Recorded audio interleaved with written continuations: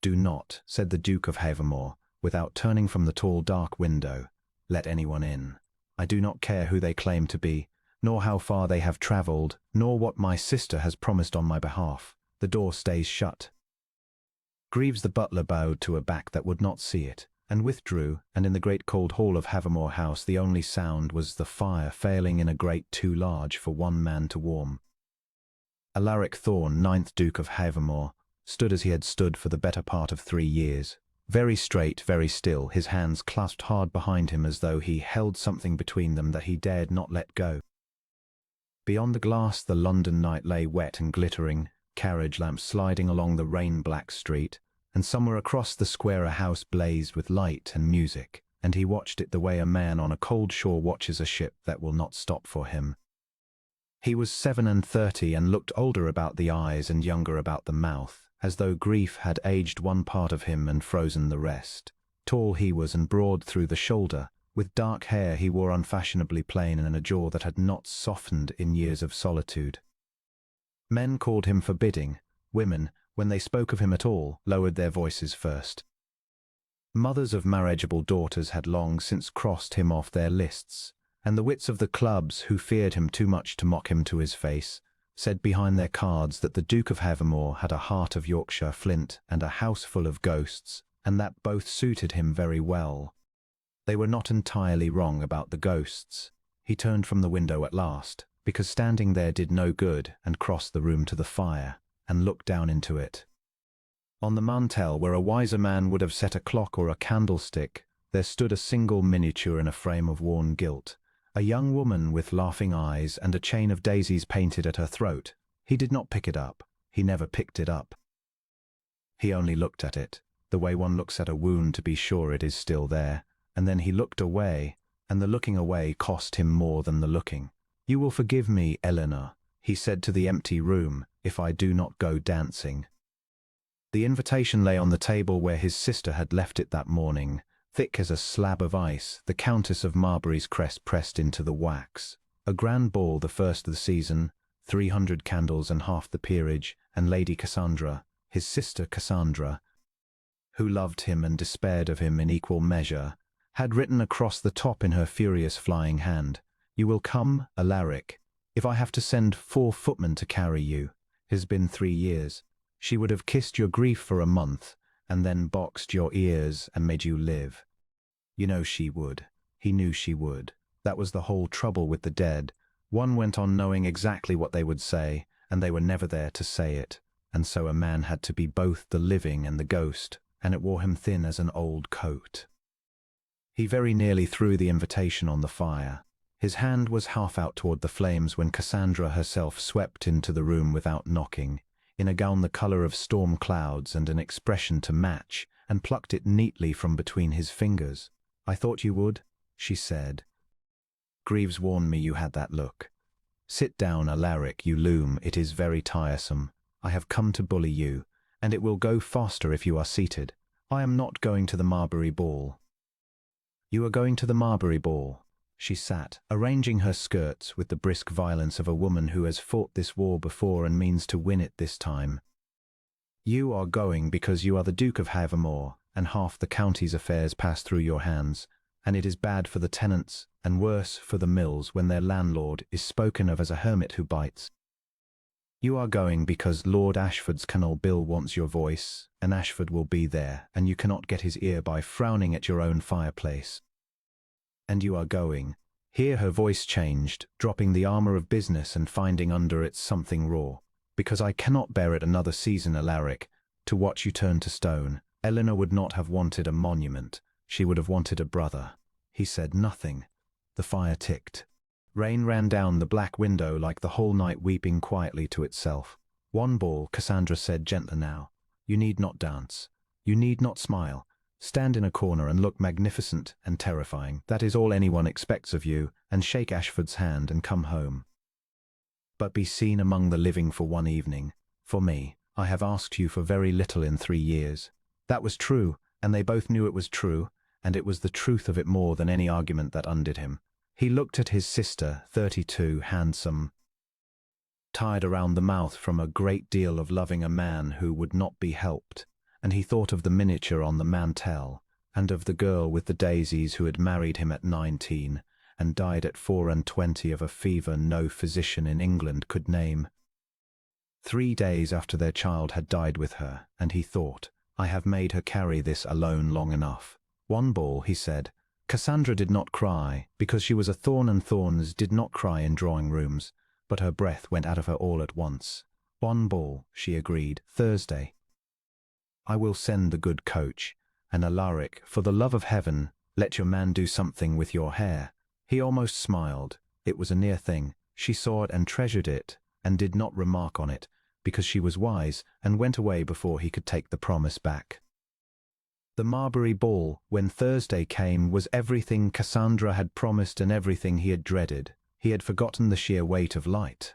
Havermore House lived by candlelight, but this was something else. 3 great chandeliers, dripping crystal and flame, 100 wall sconces. The whole ballroom of Marbury House blazing like a furnace of gold, so that the diamonds at 300 throats threw sparks and the polished floor became a lake of fire.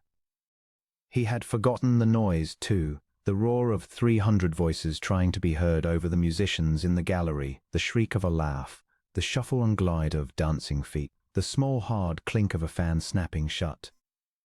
It struck him at the door like heat from an oven, and for one appalling moment he thought he could not go in. Then a footman announced him.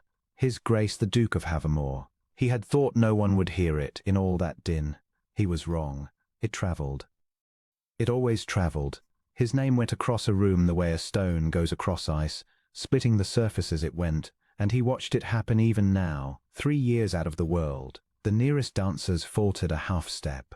A cluster of dowagers by the great fireplace turned as one like hens, and then very deliberately turned away. A young buck who had been laughing too loud went quiet, and all along the gilded walls, where the wallflowers and the chaperones and the plain unpartnered women sat in their rows of little gilt chairs, he felt the sudden collective flinch. Heads bowed, gazes dropped, a whole rank of women finding something urgent to study in their gloves, so that not one of them should catch the eye of the forbidding Duke of Havermore and be spoken to, or worse, be silent at, in front of everyone. He knew what they saw. He had ceased some while ago to be a man to these people and become a story. The Black Duke, the widowed one. The one who had loved a girl half the ton, had pitied for her modest birth, and then let her die in a house too far north for good doctors. The one who dressed like a mourner and spoke like a magistrate and had once, it was whispered, dismissed an entire dinner party with a single sentence and gone to bed. Some of the whispers were even true. He had stopped correcting the rest. It was easier to be feared than pitied, and easier to be alone than either. So he did as his sister had bidden. He took up a station near a pillar at the room's cold edge, where the light thinned and a man might stand with his back protected, and he folded his hands behind him, and he made his face into the still forbidding mask that 3 seasons of solitude had taught him, and he prepared to endure 2 hours and then go home. He found Ashford. That much of the evening's business he could discharge. Lord Ashford was a stout genial peer with a red face and a canal to dig, and he was too fond of his own scheme to be much frightened of any duke. And so for a quarter of an hour Alaric stood in a pocket of relative quiet and spoke of locks and tools and the price of Welsh slate, and it was almost restful, being spoken to as a man with a vote and not a monster. But Ashford was hailed away to greet the Countess, and clapped Alaric on the arm as though they were old friends, and left him alone again at the edge of the fire. And it was then, standing alone with his back to the pillar, and the whole glittering machine of the ball turning before him, the couples wheeling in the country dance, the matrons trading gossip behind their fans, the debutante as flushed and shining, the whole warm human roar of it from which he was as separate as a statue in a niche. It was then that he saw her. She was sitting at the far end of the room. The very far end, 300 people and 40 yards of firelit floor between them, in the last chair of the last row of the overlooked, where the light was thinnest and the music reached faintest, and the ambitious never bothered to look. She was not beautiful in the way the room had agreed to call beautiful. She wore a gown of some soft pale grey, plainly cut, without a jewel to it, the gown of a woman with more sense than money, and her dark hair was dressed simply, and she sat very upright with her gloved hands folded in her lap and watched the dancing with an expression he could not at first read. Then he read it, and it stopped him where he stood. It was not envy, which was what such women were supposed to feel, watching their partnered sisters spin. It was not the practiced bright pretense of enjoyment that the unwanted wore like a second gown. It was something quieter and far more dangerous. It was kindness. She was watching the ball the way one watches a fire one is glad exists, but does not need to sit close to, with a warmth that asked nothing back, a plain unguarded pleasure in the beauty of a thing she had been left out of. And once, as he watched, a very young girl near her tripped in the dance and coloured to the ears in mortification, and this woman in grey caught the child's eye across the floor and smiled at her, a swift, conspiratorial, do not mind them smile. And the young dancer's shame melted into a helpless answering grin, and she found her feet and danced on. Alaric Thorne had not felt anything in 3 years but the low grey weather of grief. He felt something now. He did not know what it was. It was small and sharp and unwelcome, like feeling returning to a frozen hand, and it hurt, and he could not look away from the woman in grey who had caused it, and who did not, in all that blazing room, so much as know he was alive. He learned her name by accident, and it undid him a little more. A pair of young women passed near his pillar, arm in arm, their heads bent together in the particular posture of cruelty that pretends to be confidence. He did not mean to listen. He had spent 3 years not listening, but the name carried. Miss Ashford of all people. Marianne Ashford. You know she has no fortune at all, the whole living gone to a cousin when her father died, and she keeps house for old Lady Penhallow now, half companion and half servant, and they only asked her tonight because Lady Penhallow would not come without her fetcher of shawls. Imagine, in that grey. My mother says she is quite on the shelf, 25 if she is a day. She was pretty enough once, they say, before the money went. Pretty is as pretty as, my dear, said the first, and they laughed, the small bright cruel laugh of the very young and the very safe, and passed on into the light. Marianne. He turned the name over. It sat oddly in him, warm where everything else was cold. So she was poor and orphaned, and dependent and mocked. She was, in short, precisely the sort of woman this room existed to overlook, and she sat at the far end of it and smiled at frightened children as though she had every reason in the world to be glad in Alaric Thorne, who had 100,000 a year and a dozen estates, and had not smiled at anything since a February 3 years gone, felt the difference between them like a rebuke. He would go home. That was the sensible thing. He had shaken Ashford's hand and shown Cassandra his living face. And there was no earthly reason to stand at the edge of a ball watching a poor companion he had never met and would never meet, and every reason of dignity and self-preservation to go home to his cold house and his mantelpiece and his ghost. He resolved to go home. He even took a step toward the door, and it was in that moment, as he turned, that the whole ballroom seemed to notice him at once. It happened the way it always happened. A lull fell in the music between figures.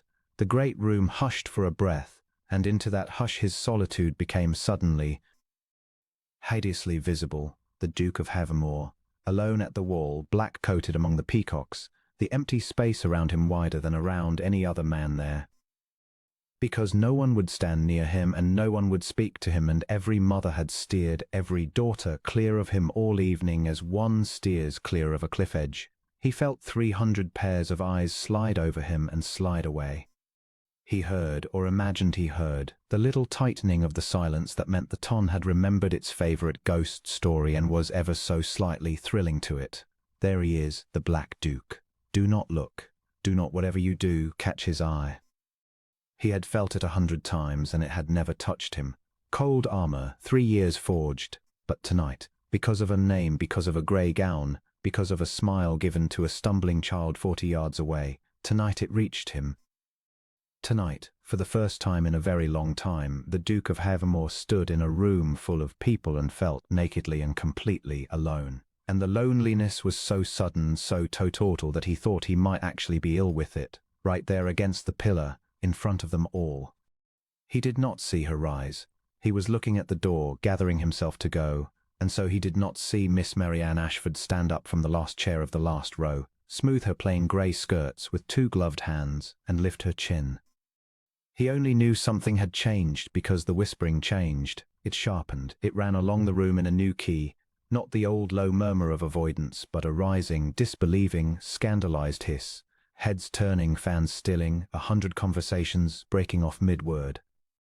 He turned to see what fresh horror the ton had found to feed on. The horror was a woman in grey crossing the floor. She was crossing it alone. That was the thing the room could not forgive. A woman did not cross a ballroom alone, unpartnered, uninvited, toward a man. It was not done. It was the sort of thing that ended a reputation before supper, and she did not care, or she did care and did it anyway, which was braver still. She had left the safe grey shadows at the far end and stepped out into the full blaze of the chandeliers, and she was walking the whole vast length of the Marbury ballroom, straight down the centre of it, past the dancers who fell back to clear her path, past the dowagers whose fans came up to hide their appalled delight, past the young beauties who stared at her as at a woman gone suddenly mad. She was walking toward the pillar, toward the empty space no one would enter, toward him. Alaric could not move. He had faced down rioting mill hands and a runaway team of 4 and a man with a dueling pistol, and he could not move now. He watched her come. She was not hurrying. She came at a steady, unflinching, deliberate pace, as if she had decided upon a thing and would see it through though the heavens fell, and her face was pale but her eyes were steady, and she looked at him and only at him, 40 yards, 30, 20. The whole roaring golden room narrowing down to the small determined figure in grey coming toward the loneliest man in it. 10 yards. The music had stopped entirely now. He could hear his own heart. 5. She stopped an arm's length from him and dropped into a curtsy. Not a deep obsequious court curtsy, but a plain, respectful, human one, the kind one gives an equal, and rose and looked up into his face without the smallest flinch, and said, in a voice that shook only a very little and carried, in the terrible silence, to every corner of the room, "Your Grace, I do not believe we have been introduced, and I know it is very wrong of me, and I shall no doubt be scolded for a week. But I have been watching you these 2 hours, and it seemed to me that you have the loneliest face in this whole bright room, and that no one at all was going to be brave enough to cross to you." She drew a breath. "So I thought I had better. Will you dance with me?" For the space of 3 heartbeats the Duke of Havamore did not answer, and in those 3 heartbeats 1,000 years passed.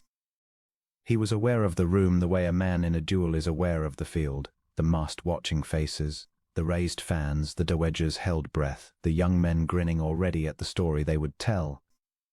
He was aware that in the whole of that glittering assembly not one soul expected him to say anything but a single cold word that would flatten this impertinent, poor companion into the floor forever, and that they were, God help them, hoping he would. It would make such a splendid tale. He was aware that saying it would be the easiest thing in the world, and that the mask he had worn for 3 years had trained his mouth to say precisely such things without his heart being troubled at all.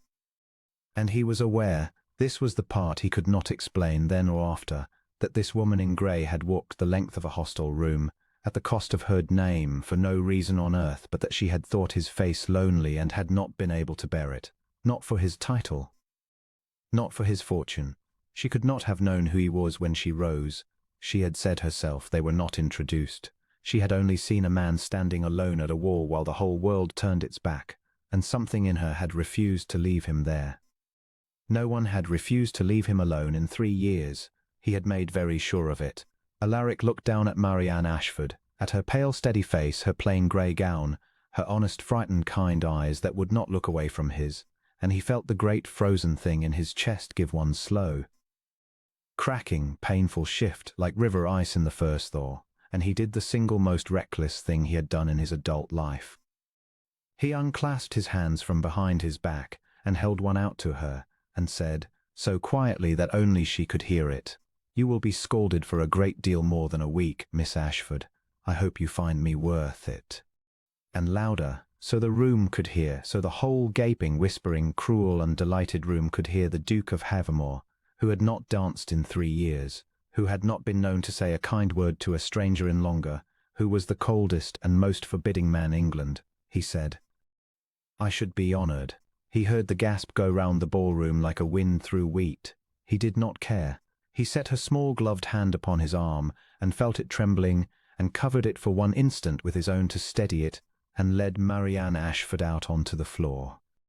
The musicians in the gallery, who had stopped in their astonishment, gathered themselves and struck up a waltz. He had not waltzed since Eleanor. His body remembered, before his mind gave it leave, the hand at the waist, the clasped fingers, the frame.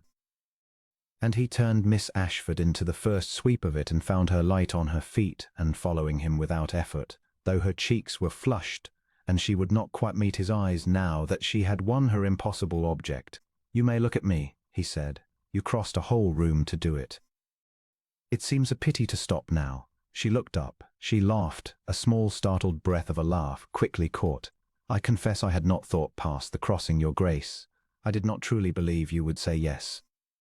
I had prepared myself entirely for you to say no, and cut me, and for me to have to walk all the way back again in disgrace, which I was resolved to do with my head up." Her voice dropped. "I had not, foolishly, prepared for what one says to a duke once one is actually dancing with him." "Then we are matched," said Alaric, "for I had not prepared to be spoken to at all, and I find I have forgotten how it is done." He turned her through a slow arc, past the wall of staring faces, and did not look at any of them. "Tell me why. Why, Your Grace? Why you crossed. The true reason. Not the pretty one you gave the room, though it was very brave. The true one." She was silent a moment, matching his steps, her face grave, and then she gave him the true one, and it went into him like a blade turned kind. "Because I know how it feels," said Marianne Ashford, "to be in a room full of warmth, and to be the one nobody comes to, and I could not do to another soul what has been done to me every season since my father died. That is all. That is the whole of it. Your Grace has 10,000 things I have not, but tonight you had the one thing I know too well, and I could not leave you standing in it alone." And the Duke of Havermore, dancing a waltz he had thought he would never dance again, in a room full of people who feared him, holding the trembling hand of a poor companion who had ruined herself to reach him out of nothing but fellow feeling, felt his eyes sting for the first time in 3 years, and had to look for a moment over her head at the blazing chandelier until the danger passed. "Miss Ashford," he said, when he could trust his voice, "you have made a very grave error tonight." She stiffened in his arms. "Your Grace, you have made me want to be worth the crossing," he said, "and I have not wanted anything in a very long time. It is a great inconvenience. I hope you are proud of yourself." She looked up at him then, fully, and something in her face, some careful guard she too had learned to keep, came down, and she smiled at him the way she had smiled at the stumbling child, warm and unguarded and asking nothing, and Alaric Thorne understood. With the ground-shifting certainty of a man who has just walked off the edge of his old life, that he was in a very great deal of trouble indeed. He did not sleep the night of the ball, and it was not grief that kept him from it. For 3 years his sleeplessness had a single shape: the cold hour, the mantell, the miniature, the long grey circling of a loss that had no bottom. This was different. This turned. He lay in the great dark bedchamber at Havermore House and found himself, against all sense, going back over a poor companion's face the way a man returns to a warm room. The plainness of the grey gown, the steadiness of the walk, the small wobble in her voice when she asked him to dance, and the way she had recovered it, and the way she had not looked away even when the whole room hoped he would crush her.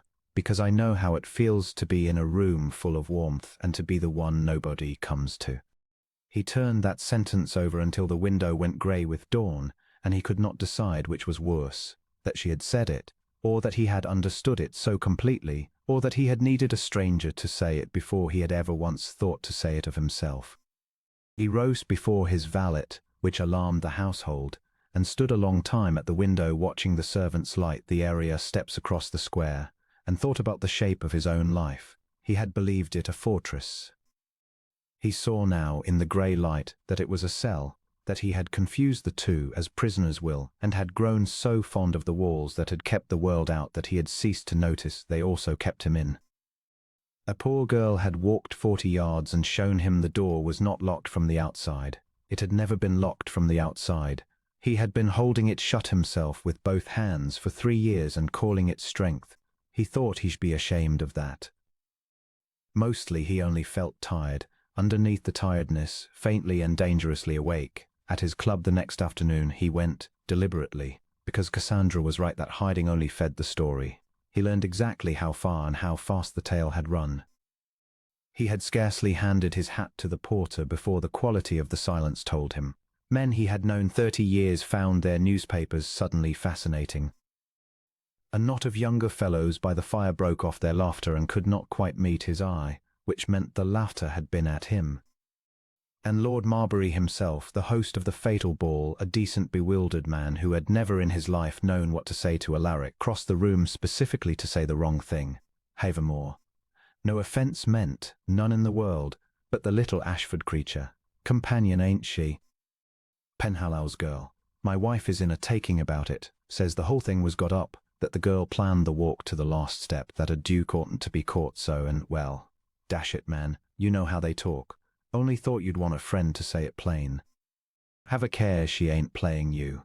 Alaric looked at him for long enough that Marbury began to sweat. Marbury, he said at last, quite pleasantly, which frightened the man more than a scowl would have. In your ballroom 2 nights ago, some 300 of my peers watched a man stand alone at a wall because they were all of them too well-bred or too cowardly to cross to him. And one person in that entire glittering assembly had the courage and the plain human decency to do it, a poor girl with nothing to gain and everything to lose. You tell me she is the one to have a care of. I tell you, Marbury, that I have been 3 years among people who would not cross a room for me, and 1 evening in the company of someone who would, and I know now which of the two is the counterfeit.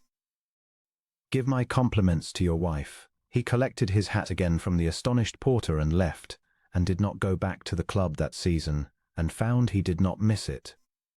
But the exchange stayed with him on the drive home, because there had been a splinter of truth buried in Marbury's foolishness, and Alaric was too honest to pretend otherwise. Have a care she ain't playing you.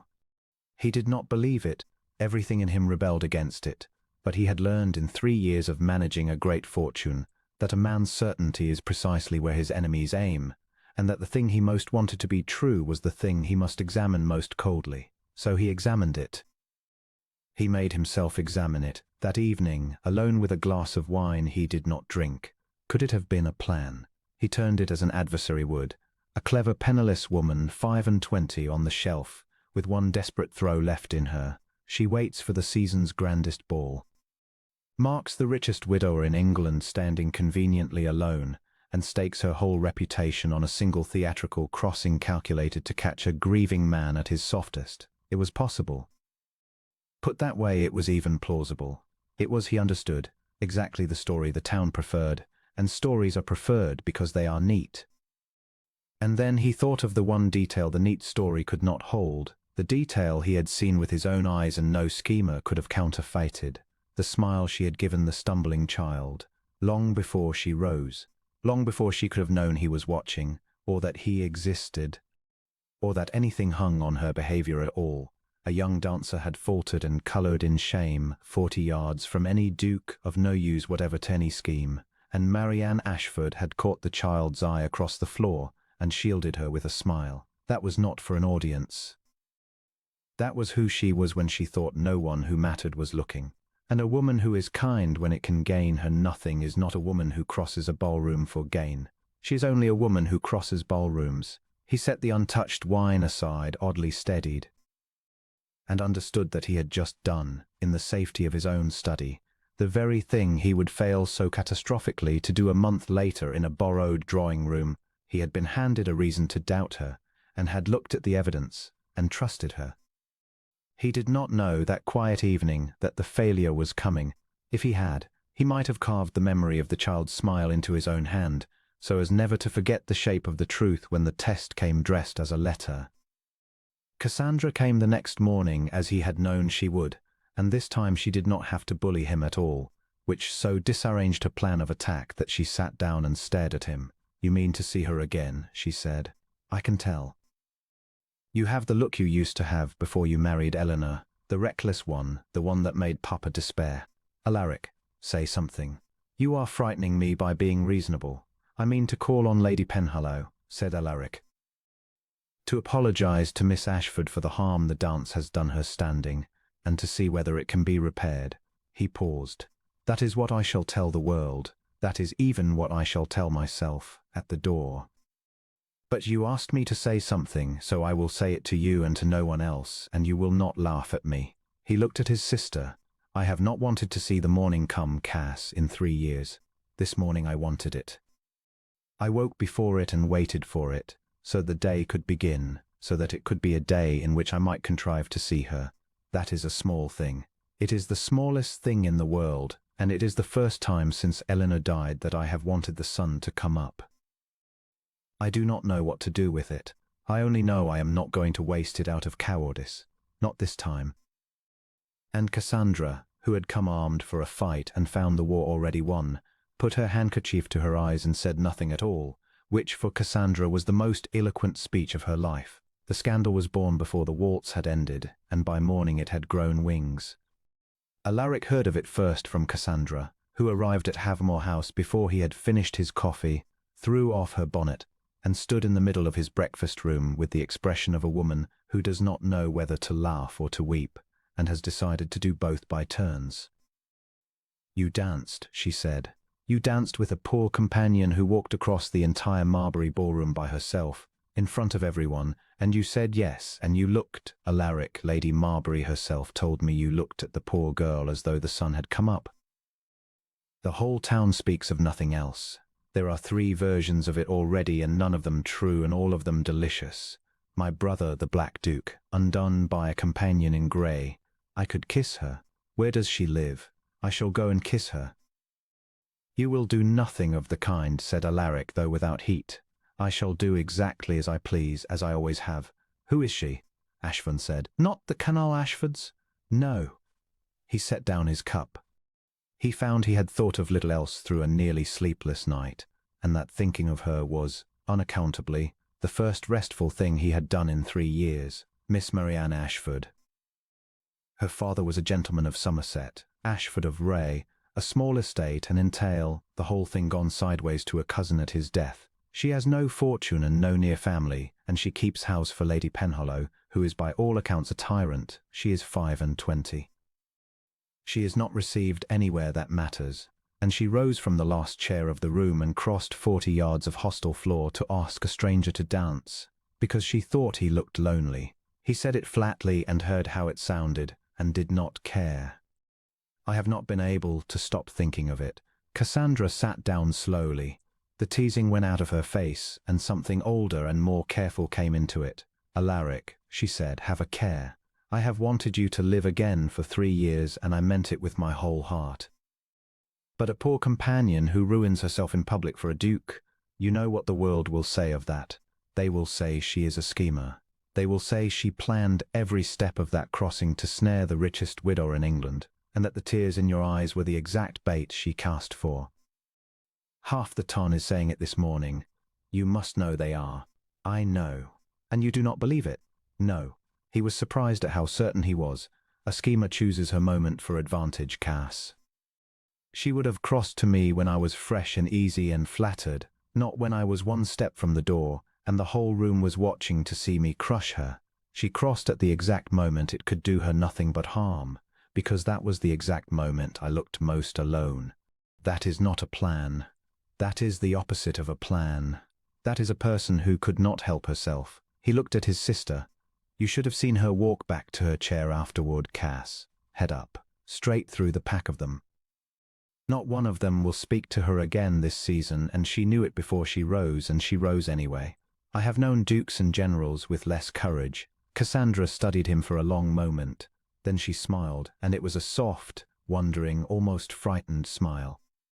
"You are in love with her already," she said. "You who I thought would never, Alaric. Eleanor would be so glad." He flinched at the name. He always flinched at the name. Cassandra saw it and reached across the table and took his hand, and for a moment neither of them said anything, and the ghost sat quietly with them, as she always did. "I know you think you buried your heart with her," Cassandra said gently, "but you did not, my dear. You only put it in a cold room and locked the door, and now a poor girl in grey has knocked at it. That is not betrayal. Loving again is not forgetting. Eleanor knew you better than anyone alive, and she would tell you so herself if she could, and she would tell you not to be a coward about it, and then she would go and befriend Miss Ashford on the spot and torment you both for a decade. You know she would. He knew she would. And that, more than any argument, was what decided him. He called on Lady Penhallow 3 days later. It cost him something to do it. He had not made a social call in 3 years, and the Penhallow house in a modest street off Cavendish Square was not a place any duke was expected to be seen. And he was aware, handing his card to a startled maid, that this too would be round the clubs by nightfall, the Black Duke, calling on a tyrant dowager and her poor companion, like a lovesick boy. He found he did not care about that either. He had spent 3 years arranging his life so that he could not be hurt, and he was discovering with a kind of grim wonder that a man who cannot be hurt also cannot be reached, and that he had grown very tired of being unreachable. Lady Penhallow received him in a cluttered overwarm drawing-room, a small sharp-eyed old woman swaddled in shawls, propped in a great chair like a bird of prey in a nest of wool. She was, he saw at once, delighted and appalled and frightened and greedy all at once, and she did not know what to do with a duke in her drawing-room any more than he knew what to do in it, and she covered it by talking a great deal. "Such an honour, your grace, such a very great honour. We are quite overwhelmed, and after Thursday, well, one hardly knew what to think. I said to Marianne, I said the child has run quite mad.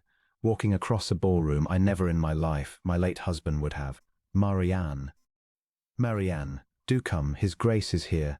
Do not dawdle with the shawls, child." Marianne came in, and stopped in the doorway with an armful of embroidery silks she had plainly been sorting, and coloured to the roots of her hair at the sight of him, and Alaric rose to his feet. And for a moment the 3 years, and the ghost, and the cold house, and the whole watching world fell entirely away, and there was only a poor companion in a doorway, and a duke who had crossed half of London to see her. "Miss Ashford," he said. "Your grace," she managed. She set down the silks with hands that were not quite steady. "I did not, that is, I did not expect." "No," he said. "I imagine you did not.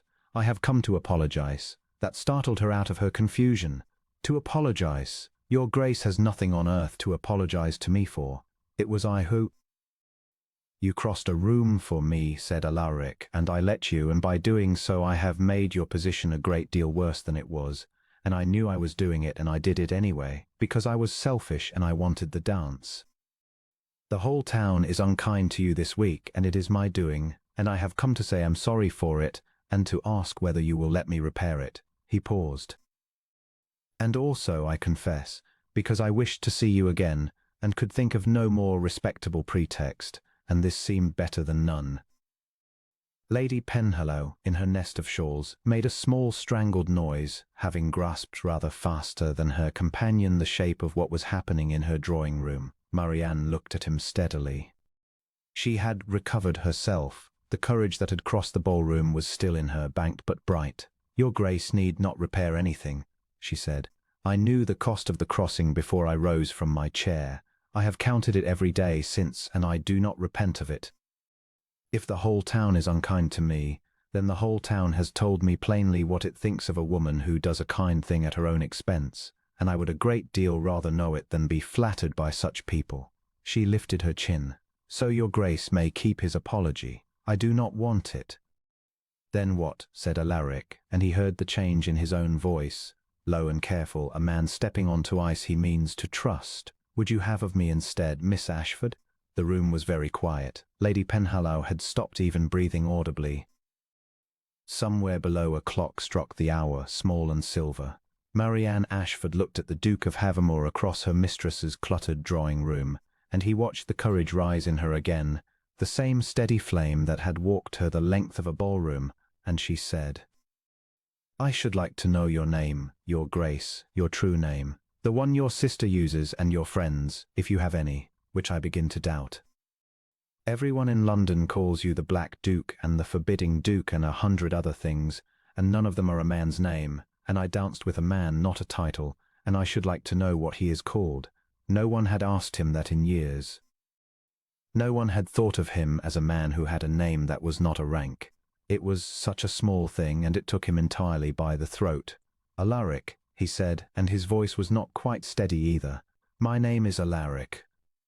Alaric, she repeated, trying it, and it sounded, in her plain, warm voice, like something he had lost a long time ago and had not known he was missing. Well then, Alaric, she smiled at him, that unguarded smile, and the cold room in his chest let in a little more light. You are very welcome in this house, though I cannot promise Lady Penhallow's tea is fit for a duke. Will you sit? And the Duke of Havemore, who had refused every invitation in England for 3 years, sat down in a poor dowager's over-warm drawing-room and stayed for 2 hours, and did not once look at his watch, and left knowing that he was lost and glad of it, and afraid of it all at the same time, which was, he thought, riding home through the grey London dusk, very nearly the same thing as being alive. She would not let him make it easy for her, and he found to his surprise that he loved her the more for it. Any other woman in her position, poor, singled out by a duke, would have grasped the offered hand and held on for dear life. Marianne did the opposite. In those first weeks of his calling she made a point, gently but unmistakably, of refusing him every advantage. She would not let him send his carriage for her, though the walk from Cavendish Square was long and the weather unkind. She would not let Lady Penhallow angle for gifts on her behalf, and headed the old woman off with a firmness that would have done credit to a general.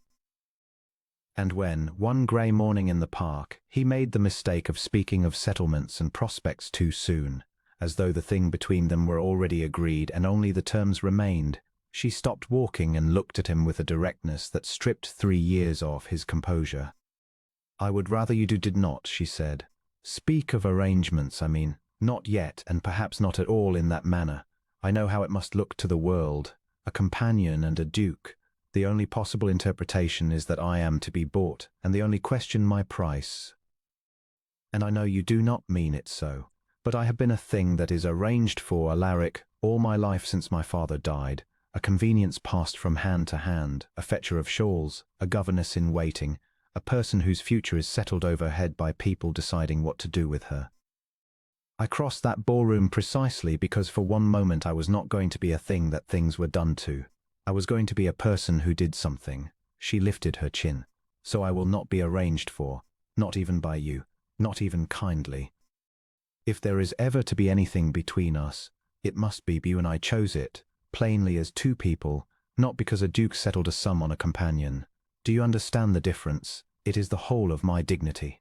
It is very nearly all I own. He understood it. He understood it so completely that he could not immediately speak. He had spent 3 years being a title, a fortune, a rank, a ghost story, everything but a man. And here was a woman refusing his fortune to his face because she wanted the man and would not have him diluted by it. He had never in his life been wanted for himself alone by anyone who could not benefit from wanting him otherwise, and the plain fact of it went through his careful armor like water through sand. I understand it, he said. I will not speak of settlements again. I will speak only of the weather, and your opinions, and whatever else 2 people speak of who are simply choosing to. Will that answer?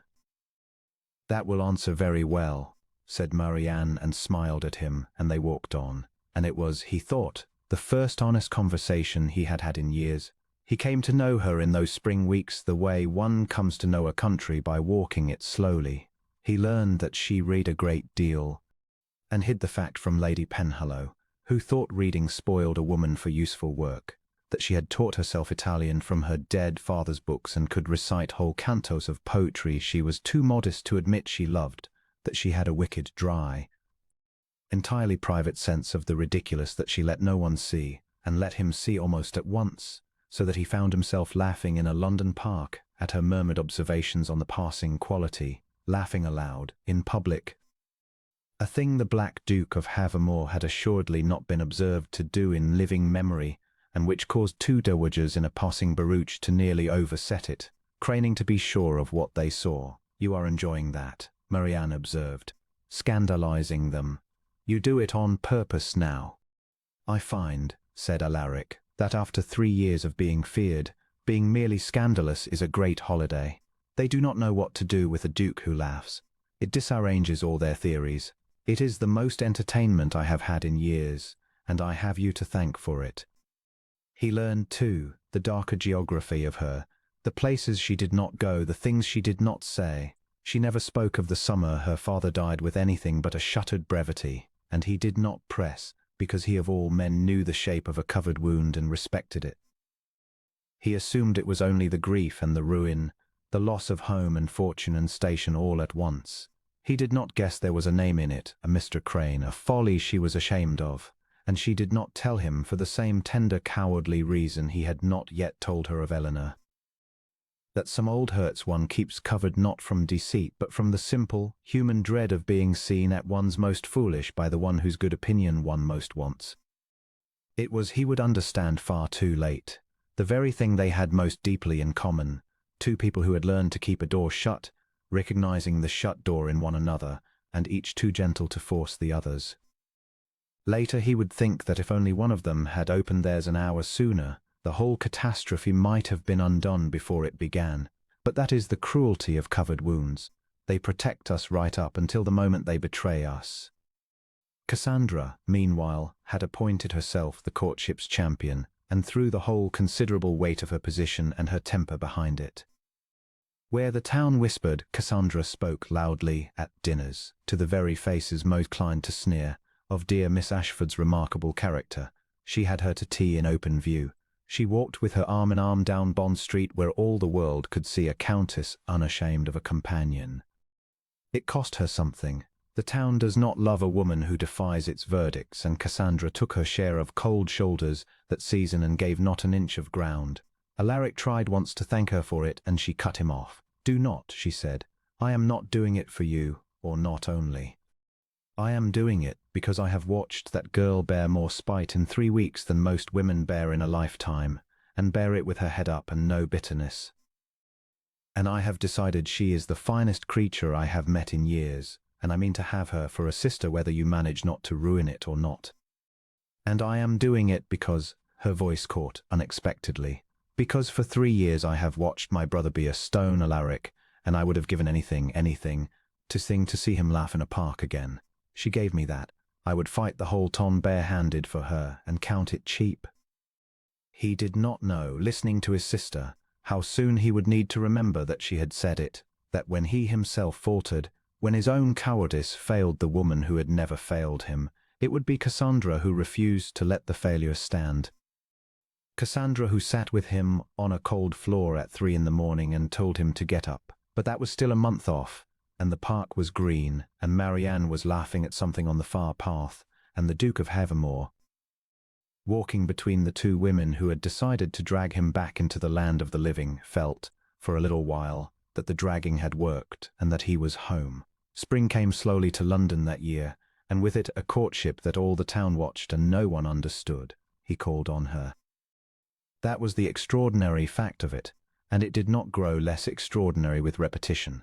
The Duke of Havemore, who had not been reliably sociable since a February 3 years gone, was to be found 2 and 3 times a week in the modest drawing-room off Cavendish Square, or walking the gravelled paths of the park at the unfashionable early hour when the beau monde was still abed, with Miss Marianne Ashford on his arm and Lady Penhallow wheezing chaperonage a few yards behind in a bath chair she had discovered, quite suddenly, that she required.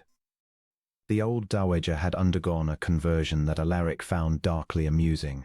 Having spent Thursday night appalled by her companion's disgrace, she had spent the fortnight after it recalculating, and had arrived at the shining conclusion that a duke calling on one's household was the crowning event of a long dull life, and that Marianne, far from a liability, was the most valuable object she possessed. She now guarded the courtship like a dragon on a hoard, chaperoned it with grim devotion, and told everyone who would listen that she had always known dear Marianne would come to something, always from the first. Marianne bore the transformation with a dry patience that made Alaric want to laugh aloud, which was itself a thing he had thought he had lost the trick of. "She called me a runaway lunatic to my face on Friday," Marianne murmured to him one grey morning in the park, while the dowager napped in her chair a discreet distance off, and by the following Wednesday she was telling the vicar's wife that she had personally arranged the whole affair, and that her woman's intuition had marked your grace out for me across the ballroom. I have given up correcting her. It is easier to let her have her triumph. She has had so few. "You are very kind to her," Alaric observed, For a woman who is worked half to death and thanked not at all, she is old and frightened, and has nothing but her pride and her shawls, said Marianne simply. It costs me little to leave them to her. Kindness is not so dear as people pretend, Alaric. Most of what it wants is only paying attention. Most cruelty is only a failure to look. He walked in silence a while, turning that over. She had a way of saying things, plainly without weight, as though they were obvious, that lodged in him and would not come out. Most cruelty is only a failure to look. He thought of the ballroom, and of 3 years of turning his own face to the wall, and of how much easier it had been to be feared than to be seen. "You look at me?" he said before he had decided to. "Your Grace?" "You look at me?" he said again. "That is the thing. It is why I could not walk away from you that first night, and why I keep coming back here like a boy, to the ruin of my consequence and the vast entertainment of the clubs. You look at me, not at the Duke or the fortune or the ghost story they tell of me, at me." I had forgotten what it was to be looked at. I had arranged my whole life so that no one would. She was quiet for a moment, matching her steps to his on the gravel. Then she said gently, "Why did you arrange it so, Alaric? What are you afraid I will see?" And he almost told her then. The words came up as far as his throat, but the path turned and Lady Penhallow's chair caught them up wheezing, and the moment closed over like water over a stone, and he did not tell her. Not yet. He was not ready to say the name aloud to the one living soul who had made him want to live again. He was afraid, he could admit it to himself now, walking beside her, that if he told Marianne Ashford about Eleanor, and about the child that had died with her, he would see the warmth go out of that clear, kind gaze, and something careful come into it, some pity or some fear. And he could not have borne it. Better to keep the wound covered a little longer. Better to have this, the grey mornings, the gravel, the plain warm voice a little longer before he risked it. He was a coward about it. He knew he was a coward about it. He had faced a duelling pistol without a tremor, and he could not tell a poor companion the one true thing about himself, and he despised himself for it, and he kept his silence anyway. The town, meanwhile, had made up its mind. He felt it wherever he went. The clubs, the house, the few dinners Cassandra dragged him to, everywhere the same undercurrent, the raised eyebrow, the sentence that stopped when he entered. The kinder verdict was that the Duke of Hevermore had gone soft in his grief and taken up with a nobody who would embarrass him within the year. The unkinder, and it was the louder, was that Miss Marianne Ashford was the cleverest adventuress in England, that her whole air of guileless warmth was the deepest guile of all, and that the ballroom crossing had been a masterstroke of calculated theatre by a penniless spinster who had gambled her last shred of reputation on the richest, saddest, most gullible widower in the realm, and won. "It is monstrously unfair," Cassandra said, pacing his study one evening, "and it will not be stopped by fairness, because the people saying it are not interested in the truth. They are interested in a good story. And poor Duke ensnared by scheming companion and is a far better story than good woman was kind to a lonely man. You cannot argue the ton out of a good story, Alaric. You can only give it a better one, or wait for it to tire, and I do not think this one means to tire." "No," said Alaric. He was standing at the window again, but he was not looking at a distant blaze of music this time. He was looking without seeing it at the dark street and thinking of Marianne walking home through this same town, past these same whispers. A no. There is something else in it besides the ordinary spite, something with a shape. Do you not feel it, Cass? The whispers are too organized, too consistent. The same phrases in 3 drawing rooms in a week. Someone is feeding it. Cassandra stopped pacing. "You think someone is working against her, deliberately?" "I think," said Alaric slowly, "that 100,000 a year and a dozen estates make a man a great many enemies he never troubles to count, and that a widower is expected to either mourn forever or marry his own kind, and that a good many people have been very comfortable with me being a locked cold house that troubled no one and left a great deal of business and a great deal of inheritance conveniently unattended, and that some of those people would be very glad indeed to see me made a fool of, and Miss Ashford made a scandal, and the whole matter ended before it can become a marriage." He turned from the window. "I have a cousin, Cass, Julian. You will remember him." Cassandra's face went still. "Julian Thorne. Of course I remember him. He is your heir. He is my heir, Alaric agreed, so long as I produce none of my own. He was very attentive after Eleanor died. Very attentive. Full of grave sympathy and helpful suggestions, chief among them that I need never trouble to marry again, that grief such as mine was sacred, that I should retire to Havemore, and let him manage the London affairs and the estates and time, the whole of it. I found his sympathy restful 3 years ago. I was too deep in the dark to see what it was. His jaw tightened. I see it now. A married duke may have a son. A son ends Julian's expectations at a stroke. And Julian has spent 3 years believing the whole Havemore inheritance would drop into his hands like ripe fruit, provided only that I remained a frozen widower who never looked at a woman again. And now you are looking at a woman. Now I am looking at a woman, said Alaric, who has, most conveniently for anyone who wished to be rid of her, given the town every excuse to think the worst of her already. She walked across a ballroom alone. A ruined reputation is a very easy thing to ruin further. Cass. You need only give the existing whisper a push, and add a lion there, and the town will do the rest, and thank you for the entertainment. He crossed to the desk and looked down at it, at the letters and the ledgers and the whole cold apparatus of a great inheritance. I will not let it be done to her, whatever it costs. She crossed a room for me when I was a stranger. I can face down my own cousin for her, but he was wrong about how it would come, and wrong about how much it would cost, and he did not yet know the half of what Julian Thorne, smiling and grave and patient, had already set in motion in the drawing rooms of London, nor how close it would come to taking from him, for the second time in his life, the one thing he had let himself love. The second time he danced with her, he did it on purpose and in front of everyone, and it was a declaration of war.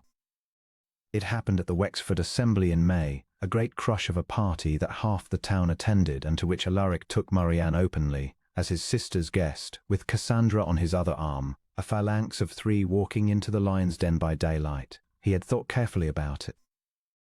The whispers had not tired.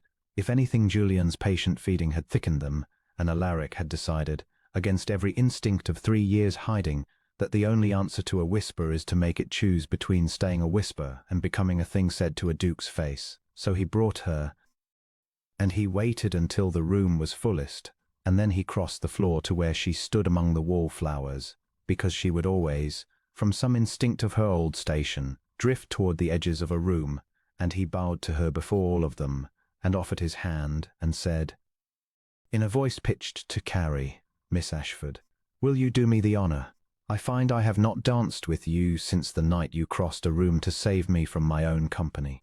It is high time I returned the walk. He heard the intake of breath go round the assembly. He did not care. He led her out. She was blushing and murmured under her breath, you dreadful man, you planned this, the whole room is going to expire.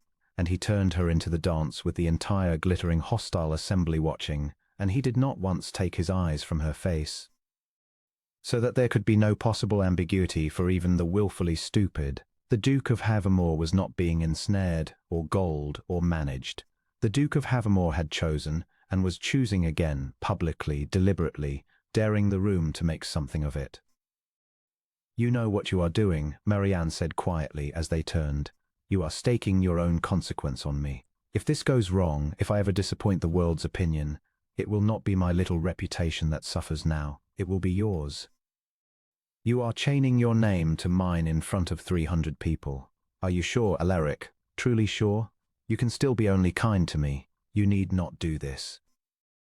Marianne, he said, 3 years ago I built a house with no doors so that nothing could ever get in to hurt me again, and I have been dying in it very slowly ever since, and calling the dying safety. You are the first thing in 3 years to get in anyway, over the wall, because you did not know there was supposed to be a wall. I am not going to spend what's left of my life defending a fortress I have come to hate. If chaining my name to yours is the price of never being that stone again, then I have never in my life paid for anything so gladly. Let them make of it what they will. I am done being feared. I would a great deal rather be yours. She could not answer that in a ballroom, but the way she looked up at him answered it well enough, and they finished the dance in a silence that said more than the room's whole roar of gossip. and when it ended he did not release her hand at once, but kept it a moment and bowed over it, and the assembly saw it.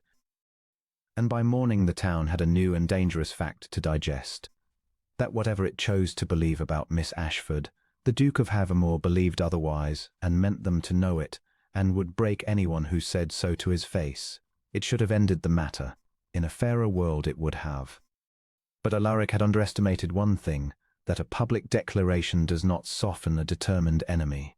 It panics him. Julian Thorne, watching from a doorway with a glass of ratafia he did not drink, understood that afternoon that his cousin was not merely dallying but in deadly earnest. That the dance had been a betrothal in all but words, and that if the marriage went forward, and an heir came, the whole edifice of expectation Julian had built his life upon would collapse. A patient man might have accepted it. Julian was patient in his methods, but not in his wants. And the sight of the dance turned his patience to something colder and more urgent, and it was that night, riding home, that he settled on the letter, on finding the one true old wound in Miss Ashford's history and dressing it in poison. As the only stroke left that might yet break the thing before it hardened into marriage. Alaric knew none of this. He knew only that the day after the Wexford assembly he took Marianne, at her own request, not on the fashionable park circuit but eastward, to the plain streets near the river where his family's charity ran a small school for the children of the mill and dock families, a thing he had endowed years ago, and never once visited, leaving it to stewards, because visiting it would have meant leaving the house with no doors. Marianne had heard of it and asked to see it, and he had, after a struggle with himself, agreed. He was not prepared for what it did to him. The school was 2 low rooms and a yard, clean and poor, full of thin, bright children who did not know a duke from a coalman, and were not frightened of him because no one had taught them to be. And Marianne, who had feared no room in her life, was instantly and wholly at home there, down among the children within a minute, hearing a small girl's stumbling reading, admiring a boy's chalk sums, her plain grey gown no barrier at all, her warmth pouring out of her as naturally as light from a window. Alaric stood in the doorway, the great forbidding Duke of Havamore, and watched the woman he loved kneel in a poor schoolroom to help a child with her letters, and felt something in his chest that he had no name for except that it was the opposite of everything the last 3 years had taught him. It was the pure conviction that this, exactly this, was what a life was for, and that he had been squandering his. "You endowed all this," Marianne said to him afterward, in the yard, "and you have never once come. Why?" "Because it was easier to sign a cheque than to feel anything," he said, and heard how true it was as he said it.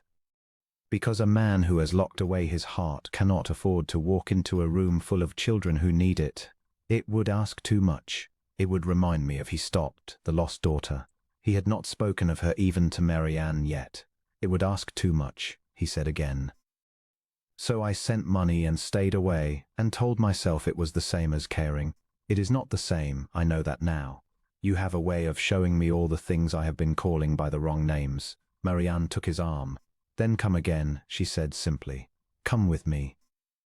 We will call it by its right name together. There is no wound so deep that a room full of children reading cannot begin to warm it. I promise you that.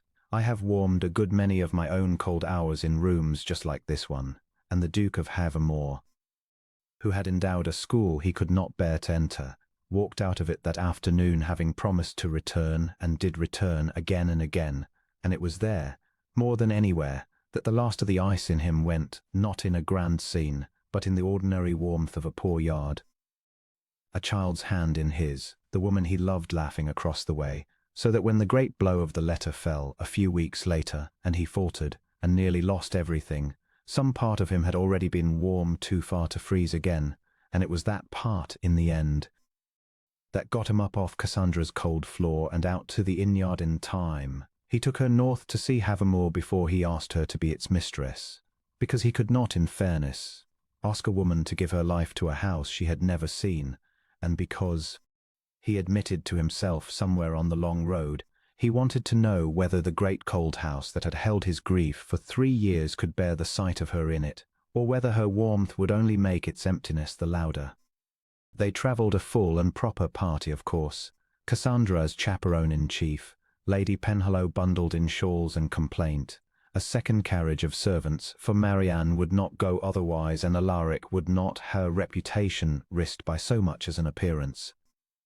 2 days of northern roads brought them at last, in the long gold light of a June evening, over the last brow of the moor, and there below them lay Havamore, a great grey Jacobean pile of gables and chimneys and blind mullioned windows, set in a fold of the wild high country.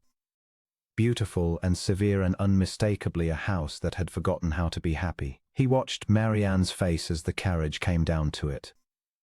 He had been dreading, he realized, that he would see her heart sink, that she would look at the cold, grey magnificence of it and understand, all at once, the size of the loneliness she was being asked to marry. Instead, she leaned to the window with her whole soul in her eyes and said softly, "Oh, Alaric, it is not forbidding at all, it is only sad. Look at it, every window dark.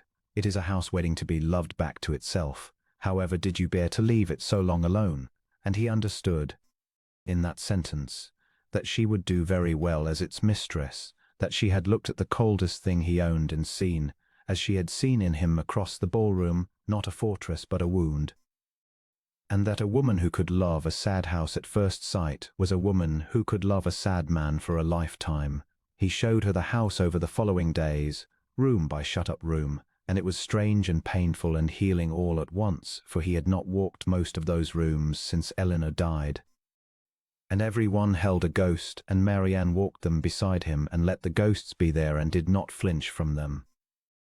In the long gallery she stopped before the portraits of the Havamore dead, the stern dukes, the powdered duchesses, the whole grey lineage, and then before a small newer picture set a little apart and went quiet. It was Eleanor.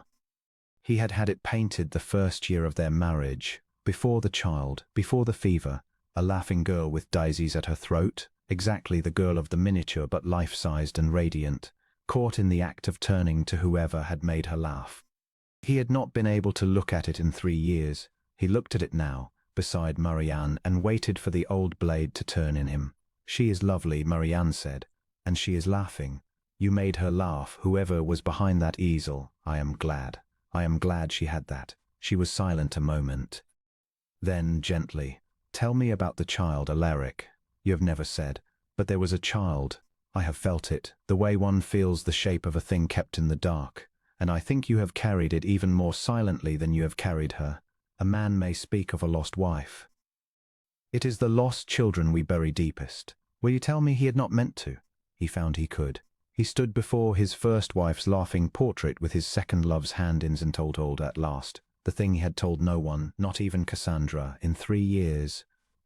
Of the daughter that had come too early and lived only hours, of holding her, of how small she had been, of naming her Grace in the cold northern night an hour before she died and 3 days before her mother followed her, of how he had buried them together in little chapel on the moor and had not been able, since, to walk to it. "I have never been to the grave," he said. "In 3 years I have paid for it to be kept, and I have not once gone. I could not. It was the one door in this whole house I could not make myself open. I thought if I stood at it, if I let myself feel the whole of what is buried there, it would simply be the end of me. So I stayed away, coward that I am. I left my own daughter's grave untended by my feet for 3 years, and told myself it was because I felt too much, when the truth is I was too much a coward to feel anything at all. Marianne did not tell him he was not a coward, because she did not deal in easy comfort. She only tightened her hand in his and said, "Then we will go together. Now, this evening, while the light is still good.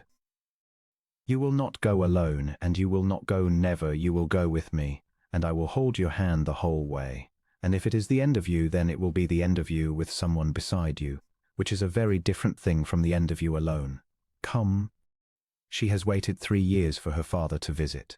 That is quite long enough. And so in the last gold light of that June evening, the Duke of Havamore walked out across his own moor to the little grey chapel he had not entered in 3 years, with a poor companion's hand fast in his.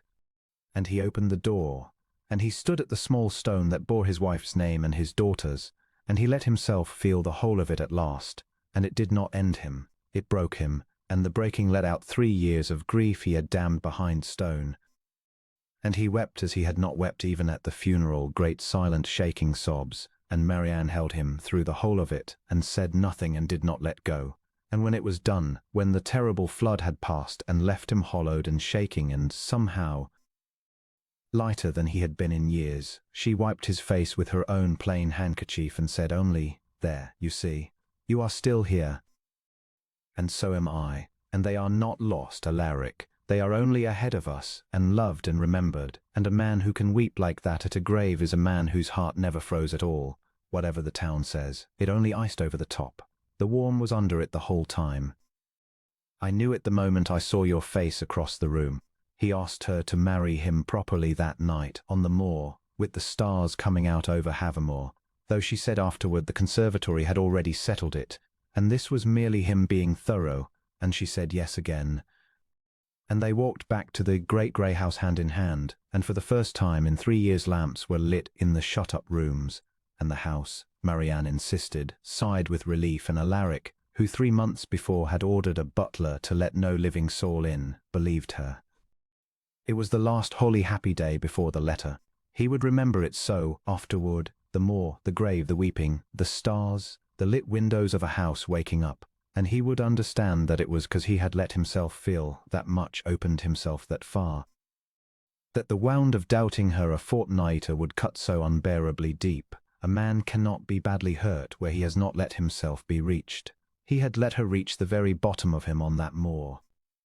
And that is why, when he faltered, it would nearly destroy them both, and why, in the end, it could not, because a man who has stood at his daughter's grave and been held through it does not, whatever his cowardice, let such a woman get on a coach without him. He told her about Eleanor on a wet afternoon at the end of April, in the small green quiet of a conservatory, because she asked him, and because he had run out of reasons not to.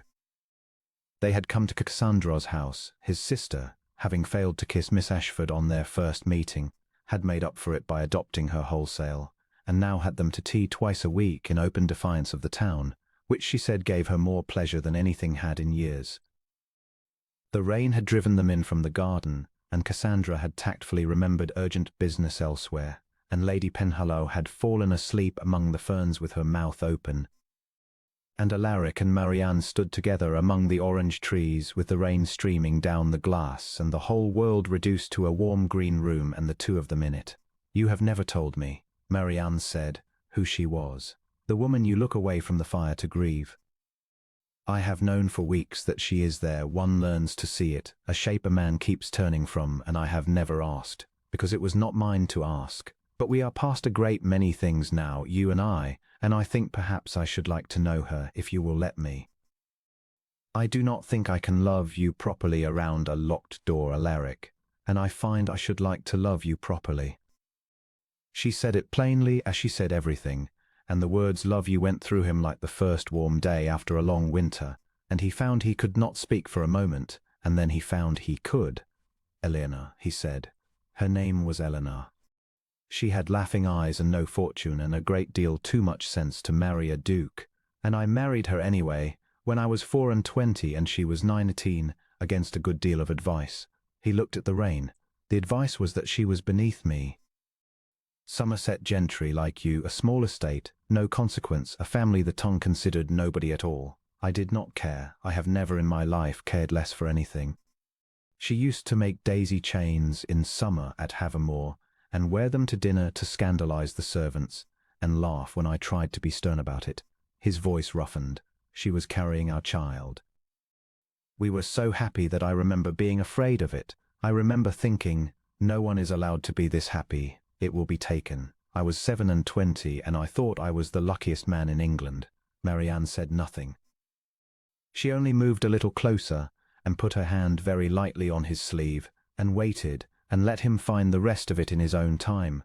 There was a fever, he said, that winter, in the north.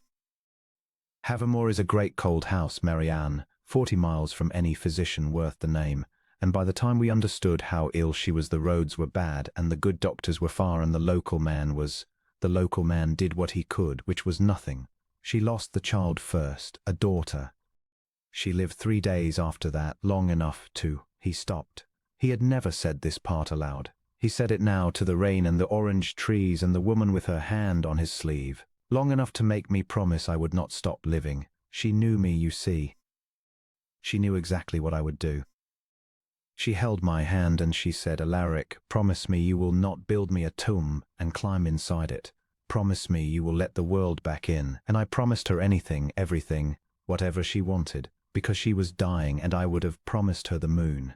His jaw worked. And then she died, and I broke the promise the same night, and I have been breaking it every day for 3 years. I built the tomb and I climbed inside it, and I locked the door, and I told myself it was faithfulness, and it was not. It was cowardice. It was fear. It was easier to be a ghost than to risk that hurt again. He turned to look at Marianne at last, and his eyes were wet and he did not hide it. That is what you saw across the ballroom, a man 3 years dead who had not noticed. That is the wound. That is the whole of it. I have wanted you to know for weeks, and I have been too much a coward to say it, 'cause I was afraid. Of what? She asked softly. Of this, he said, that once you knew you would look at me differently, with pity or fear. That the way you look at me, as though I am a man and not a tragedy, would go, and I could not bear to lose it. It is the only warm thing I have. I would rather have kept the door locked than risk that. Marianne ashford him for a long moment, and the rain ran down the glass, and then she did the last thing he expected, which was to smile, not with pity, not with fear, but with a fierce, wet-eyed tenderness that took his breath. Oh, Alaric, she said, you foolish, brave, broken man. Do you truly not see it? You think you broke your promise to her, but you did not stop living because you loved her too little. You stopped because you loved her too much, and had nowhere to put it, and it turned to ice for want of anywhere to go. That is not cowardice. That is a heart too large for the wound it was given.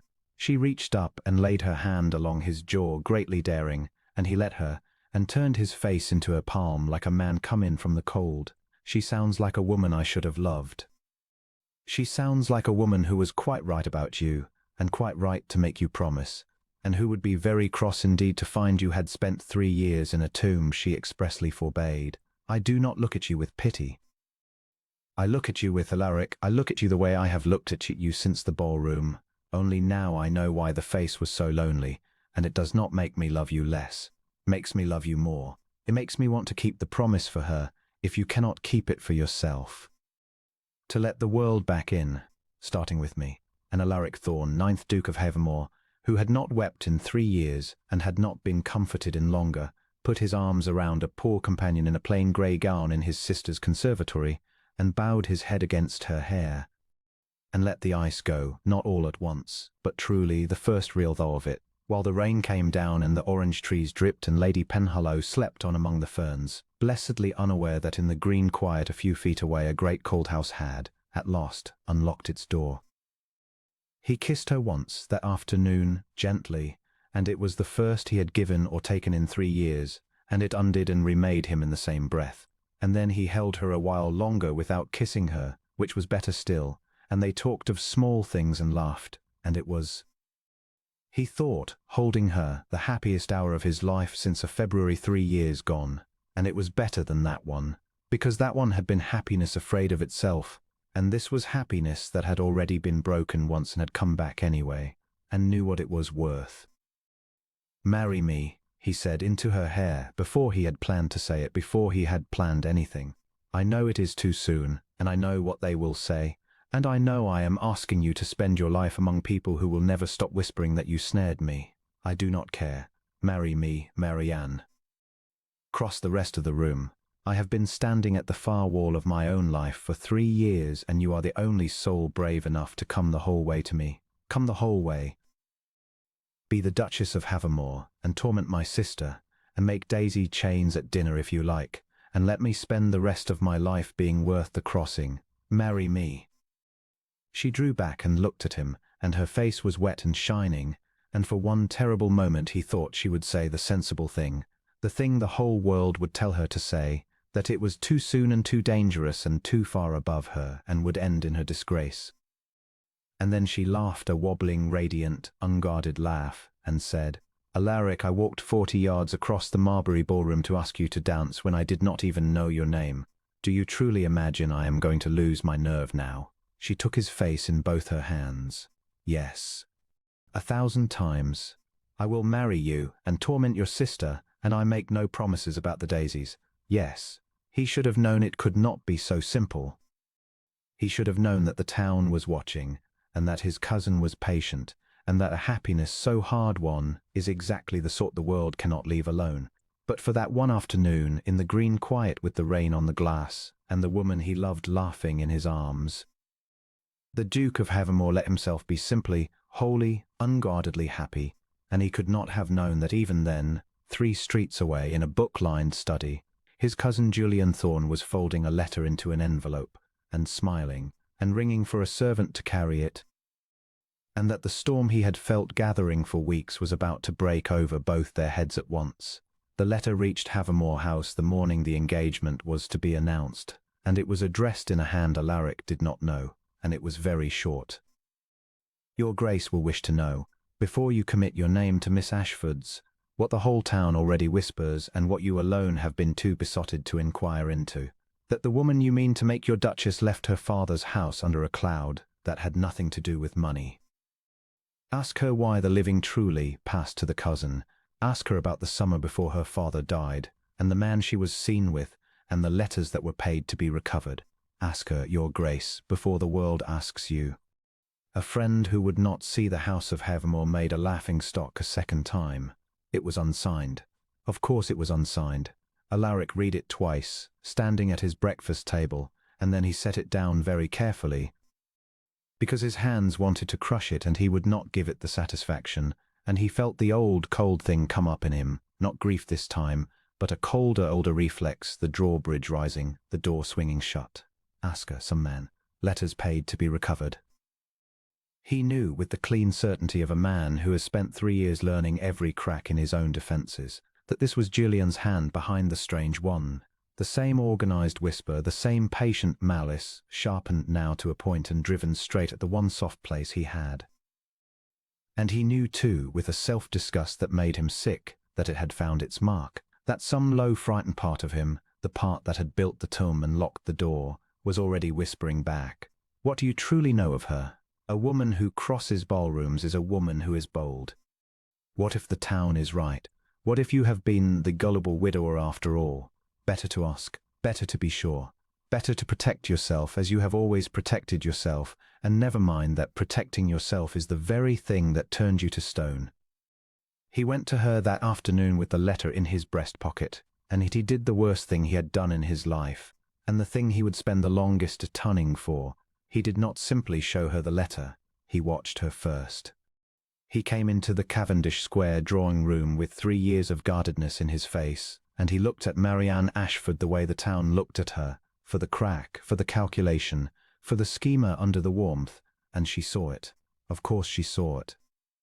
She had crossed a whole ballroom by reading his face.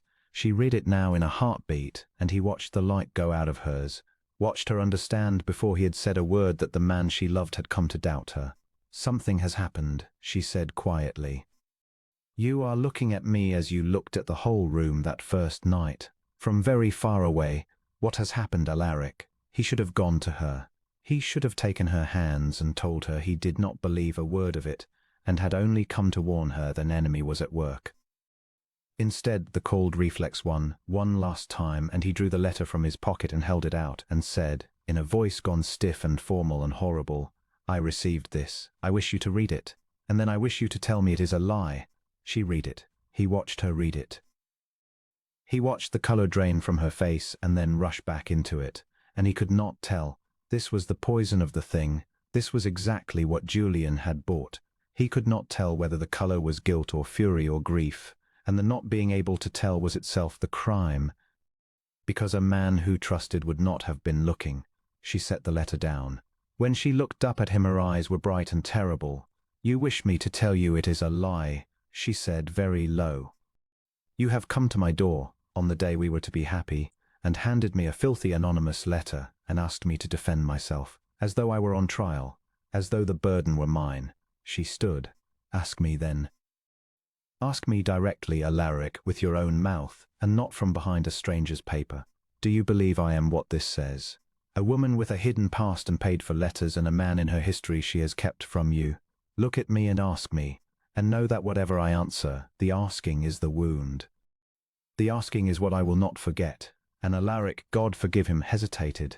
It was only a moment. It was less than a breath. But she saw it, and it was enough. The light he loved, the warm, unguarded looking that had reached him across a ballroom and thawed 3 years of ice, went out of her face like a snuffed candle, and something proud and cold and very hurt came into its place, and she was, in that instant, not a poor companion who had loved him, but a gentlewoman who had been insulted in her own borrowed drawing-room by the man to whom she had given her whole brave heart. There was a man, she said, and her voice did not shake now. It was quite steady, and each word fell like a stone. The summer before my father died. His name was Mr. Everett Crane. He was my father's man of business, and he was clever and kind, and I was 22 and lonely, and I believed myself in love with him, and I wrote him letters, foolish, girlish, entirely innocent letters, about the weather and my hopes and my father's health, and I thought he loved me too. He did not. He wanted the small dowry my father had settled, and when my father died and the entail took the estate, and there proved to be no dowry after all, Mr. Crane discovered urgent business in the Indies, and I never saw him again. The letters he kept. And some months later a person wrote to me, as you have been written to now, offering to sell them back to me lest they be shown about, for they were innocent, but a spiteful reader might make them seem otherwise, and I had no money, and so my cousin, the one who took the estate, paid to have them recovered, as the one decent thing he ever did for me, and I have been grateful and ashamed of it in equal measure ever since. She lifted her chin. That is the whole of it. There is nothing else. I was young and I was foolish, and I trusted a man who did not deserve it. And I have carried the shame of it quietly for 3 years, and I never told you because it was over and buried, and I did not think a girl's old heartbreak was any business of the man I meant to marry. Her voice cracked at last, just once. I thought you of all men would understand a person who kept a wound covered. I thought you would understand it better than anyone alive. The last words went into him like a knife, because they were true, because it was the very thing he had done. Kept Elinor covered for weeks out of the same fear, the same shame, the same tender cowardice, and he had forgiven himself for it, and she had forgiven him for it, and now he had refused her the same grace, and had done it, worst of all, on the strength of a lie bought by his cousin. And he understood in one appalling rush the full size of what he had done. Marianne, he began. No, she said. No. I crossed a room for you, Alaric. I crossed a whole room at the ruin of my name, because I could not bear to see a man alone in his loneliness. And the very first time the world offered you a reason to doubt me, the very first push it gave you, you doubted. You looked at me as they all look at me. You made me stand in my own borrowed drawing-room and account for my girlhood like a servant caught thieving. You hesitated when I asked you the one thing that mattered. She was weeping now, silently, the tears running down and her voice going on level and quiet over them, which was worse than any sobbing. I do not blame the letter. Someone wicked wrote the letter, and I dare say I know who, and I am sorry for you that you have such a cousin. I blame that you believed it enough to come. I gave you my whole heart, Alaric, and you handed it back to me on a stranger's paper and asked me to prove it was mine. She crossed to the door. At it she turned and looked at him one last time, and the look was the thing he would carry the rest of his life. I hope you find your way out of the tomb someday, she said. I truly do. But I cannot be the one to pull you out. If the moment I pull you free you turn and suspect my hands of picking your pocket, I am too poor to be doubted, Alaric. It is the one thing I cannot afford. Goodbye. And Marianne Ashford, who had crossed a ballroom to reach him, walked out of the room.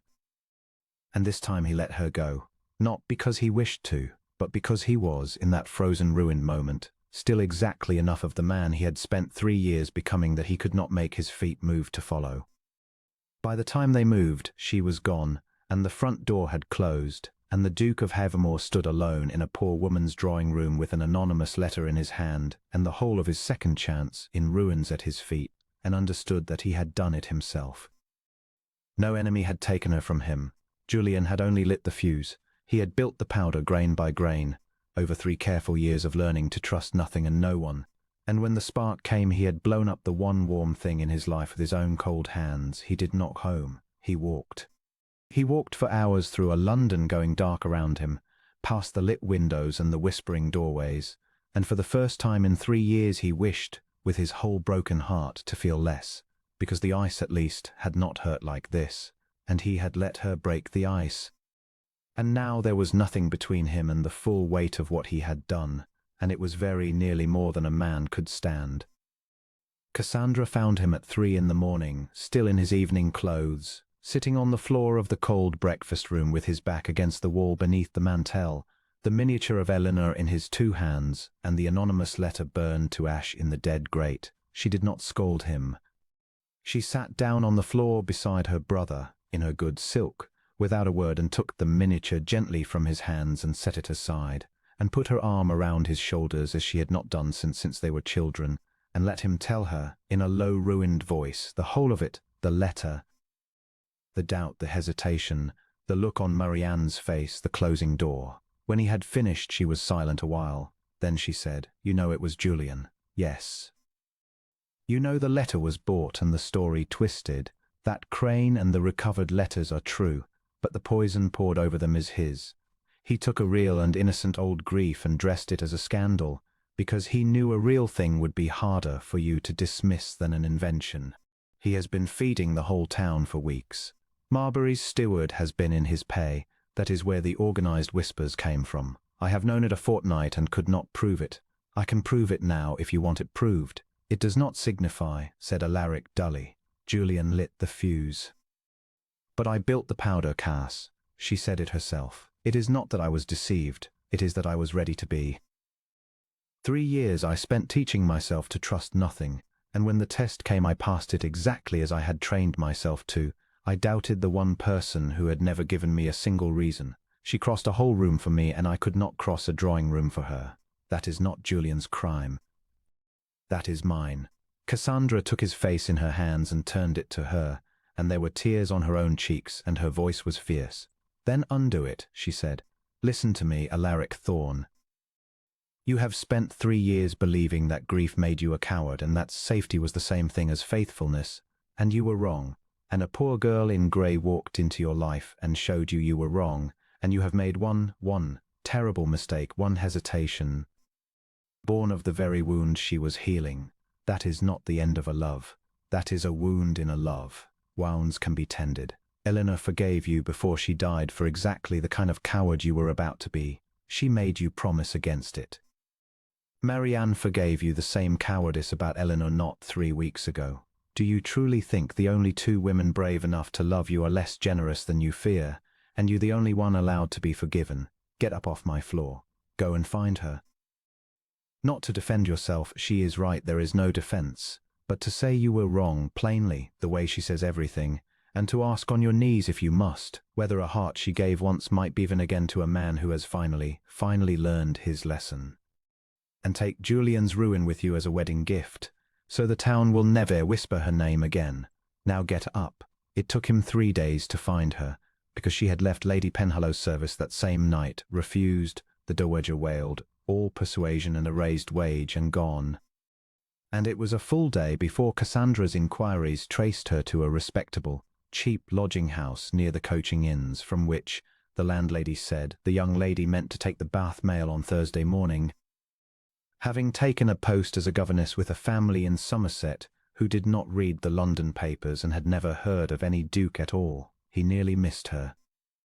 He came into the inn-yard on Thursday at first light with the mail coach already loading, and the ostlers shouting and the horses stamping in the cold, and he saw her at once, a small grey figure with a single trunk, standing very straight and alone among the bustle exactly as she had stood at the far end of the ballroom, waiting to be carried away out of his life forever. He did not stand on ceremony. He did not care who was watching, and the inn-yard was full of watchers.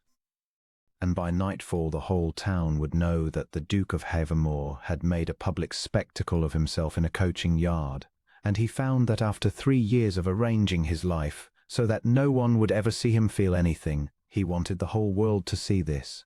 Miss Ashford. She turned. Her face, when she saw him, went through so many things at once: hope and grief and a swift proud closing over, that it broke his heart to watch. Your Grace, the coach is about to leave. I do not think there is anything left for us to say to one another.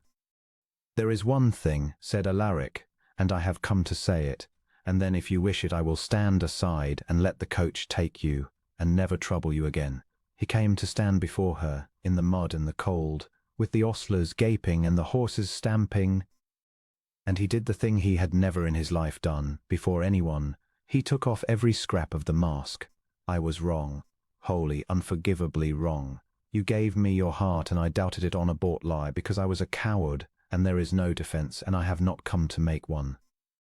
I have come to tell you that you were right about everything, that I built the tomb and locked the door, and that when you opened it and let in the light, some part of me was so afraid of the light that it reached one last time for the dark and grabbed you by mistake, and I would give anything I have to take it back. His voice broke and he let it. I know it was Julian. I have proof of it now. He will be stripped of everything he hoped for by the end of the week, and no one will ever again dare whisper your name in this town but with respect, and I will do that whether or not you ever speak to me again, because it is right, and because you deserve it. But I did not come to buy you back with my cousin's ruin. I came to tell you that a poor girl in grey crossed a whole room for a stranger, because she could not leave him alone in his loneliness, and taught a frozen man what it is to be loved for himself, and then walked away when he failed her, with more dignity than I have ever seen in a duke or a queen, and that I have spent 3 days understanding, at last, that I am not too broken to love. I am only too proud to have admitted I was frightened. And I am done being either. He went down, then down on one knee in the cold mud of the inn-yard, in front of the whole staring town, the Duke of Havermore kneeling to a governess with a single trunk, and he looked up at her. So I am crossing the room, Marianne. It has taken me 3 days and 3 years, and it should have taken me 3 seconds, but I am crossing it. Do not get on the coach. Or get on it, and I will follow it to Somerset, and to the world's end after that. But do not get on it thinking I ever, for one moment, was worth less to me than my own cold fear. Marry me, the Duke, Alaric, the man you danced with. He is a fool, and he is slow, and he loves you more than his own life, and he is finally out of the tomb, and he does not ever want to go back in without you. The inn-yard had gone silent. Even the horses seemed to have stilled. The mail coach guard, one boot on the step, had frozen with his watch in his hand. Marianne Ashford looked down at the man kneeling in the mud before her, and the proud closed-over thing in her face cracked, and cracked further, and then broke entirely, and she was weeping and laughing at once, exactly as she had in the conservatory, and she reached down and took his cold face in both her warm hands and said, in a voice that carried to every gaping soul in that yard, "You dreadful, dreadful man, do you know how far Somerset is? I have paid for the ticket." And then, before he could answer, she was on her knees in the mud beside him, heedless of her one good grey gown, her arms around his neck, her face against his, and she was saying it into his skin, over and over. "Yes, you foolish man. Yes, of course, yes. Now get up out of this mud. You will ruin your knees, and then who will dance with me?" And the Duke of Havermore gathered Marianne Ashford up out of the mud of the inn-yard and held her, and the watching crowd, coachmen and ostlers and travellers and gawpers, common folk who cared nothing for the ton's whispers and everything for a good love story, began, first one and then all, to cheer, and the mail coach guard put away his watch and grinned and cried, "Drive on without her," to the coachman, and drove on they did. With an empty seat and a story to carry to Bath, and Alaric kissed his betrothed in the cold morning light with the whole world watching and cheering, and did not care one particle who saw. Julian Thorne's ruin came, as promised, by the end of the week, quiet, complete and irreversible. Cassandra's proof, the paid steward's own testimony, the trail of the anonymous letter back to a certain book-lined study. Alaric laid it before 3 of the men whose good opinion Julian most craved, said very little, and let the facts do their cold work. His cousin was not prosecuted.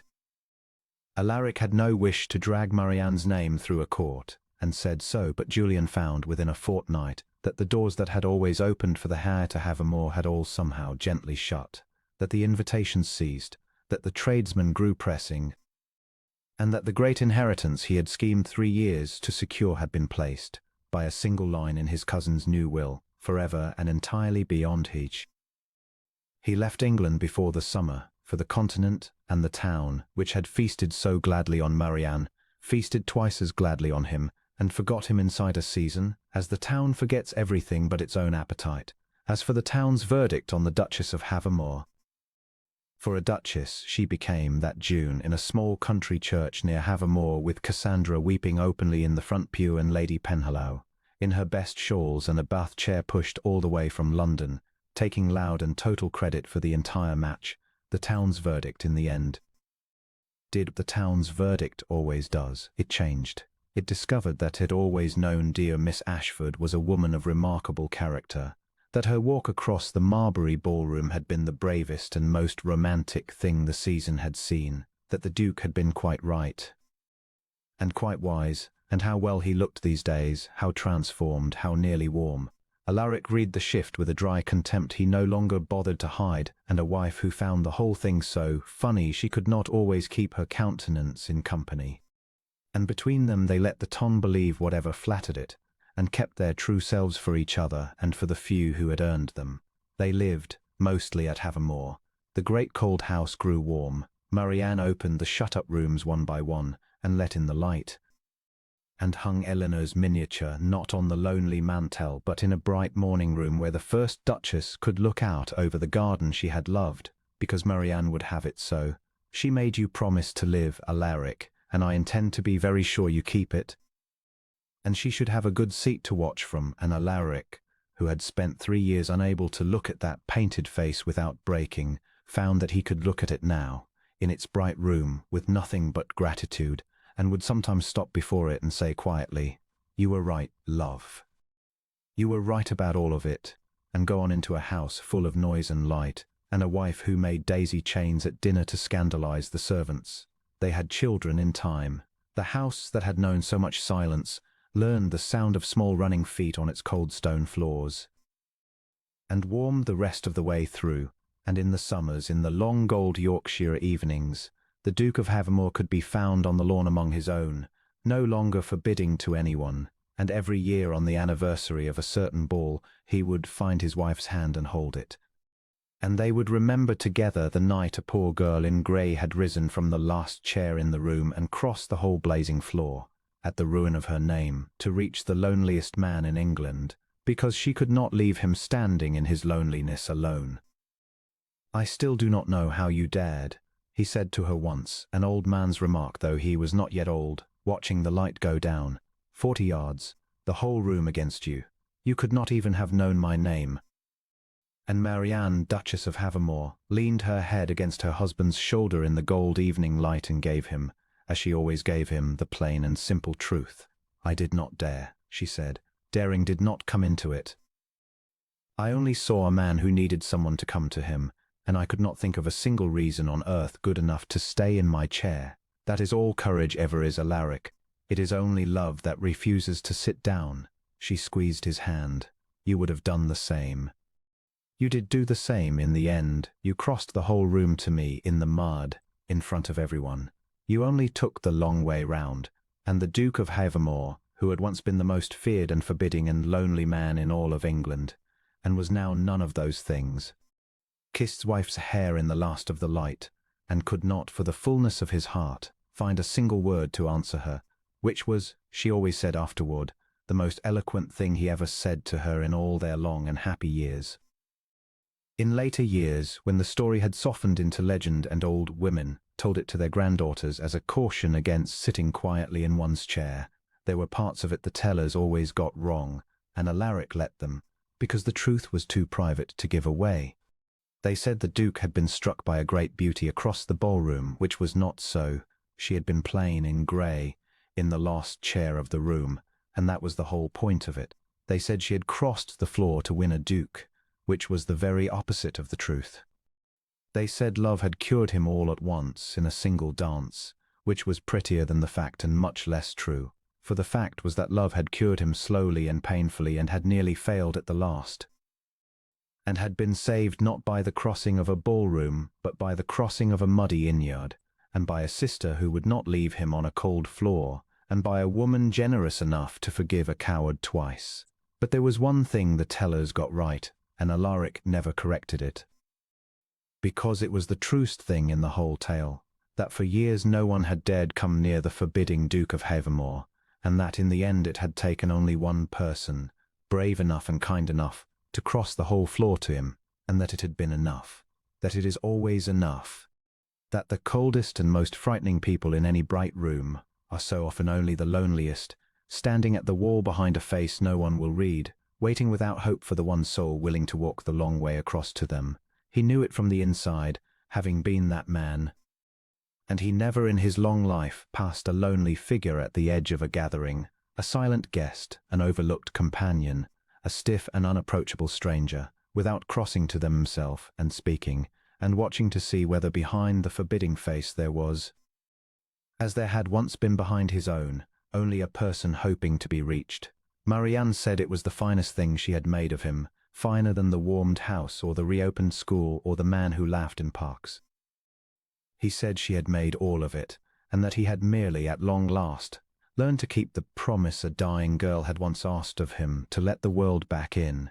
And so they grew old at Havermore, the once forbidding Duke and the once overlooked companion, in a great grey house that had learned to be warm among children and light, and the ordinary blessed noise of a life fully lived, and the miniature in its bright morning room looked out over the garden with what Marianne always insisted was approval, and every year on a certain June evening, the whole family walked together across the moor to a little grey chapel, and stood a while and remembered, and then walked home again into the lamplight, hand in hand, the living and the loved and the never forgotten, all of them at last, and entirely and forever let in.